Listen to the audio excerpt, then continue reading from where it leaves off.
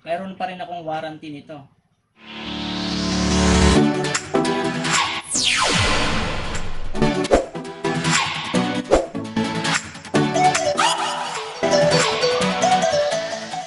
Magandang araw mga ka-informative tips. So ang tips ko sa inyo ngayon, unboxing tayo ng L130 na Epson. Okay, ayan, L130 oh. Kita nyo? Ayan. Oops. Yo! Tanggalin natin itong mga styrofoam. Kailangan.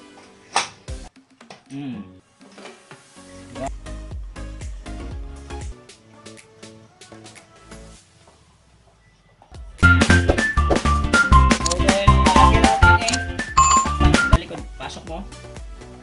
Yan. Yan. Pag nasalpak mo na yan, itong dulo, ilalagay nyo sa laptop. Dito.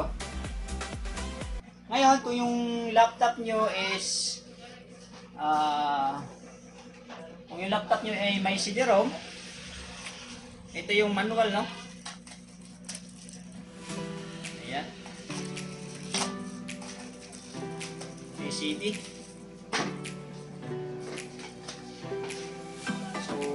CD ng L130. Ilalagay nyo lang to sa CD-ROM. Dahil wala akong CD-ROM, magda-download na lang tayo dahil malakas naman po yung Wi-Fi natin. So, punta tayo sa Google Chrome. Ayan. Kita pa tayo, no? So, dito sa Google Chrome, i-type nyo lang yung model ng printer. L130. Epson L130 driver. Okay? Yan, tapos enter nyo lang. Ayan, makikita nyo agad. Click nyo lang yan. Ilapit mo konti para makita. Ayan, so makita nyo. Baba natin konti. So, ang system natin is check natin kung anong bit to. Okay. Ayan. Para makita natin kung 32-bit o 64-bit ba, i-properties lang natin yan. Ayan po yung 16 gig. Ito 64-bit po yung operating system natin, ha. So hanapin natin yung 64-bit na ito. Kasi mayroong 32-bit, mayroong 64-bit. So dito tayo, ha. Yon. Na-download na guys ito. Ayan. So ayan, kung makikita nyo, tapos na siya. Para masigurado kung saan siya napunta, pwede kayo dito, tapos show folder. Okay? Ngayon, kung hindi nyo alam kung saan siya nagpunta, pag naligaw kayo, dito sa folder na yan, punta lang kayo sa downloads. Okay? Ito, downloads. So ito na yon. Kita nyo? Yan, L1, tapos right click, i-run nyo lang as administrator.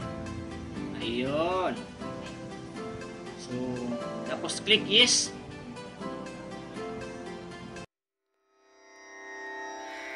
Rana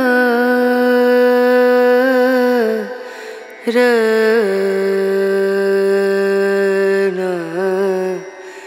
Ranu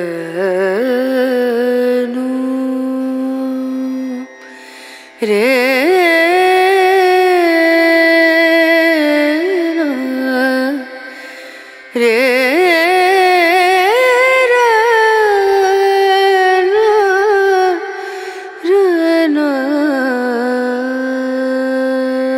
Tapos click nyo lang yung okay.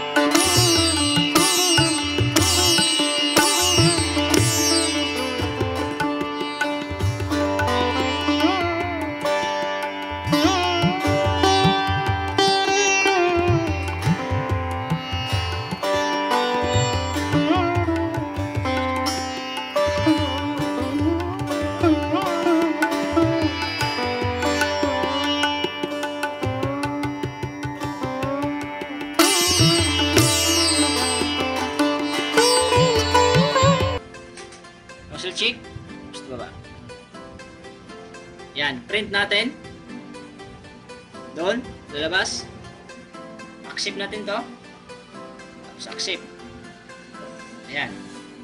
Ayan guys, tingnan natin dito guys kung anong lalabas niya. Ito yung picture guys. Ayan, tingnan natin yung result dito. Kung anong problema. Ayan, so bagong printer.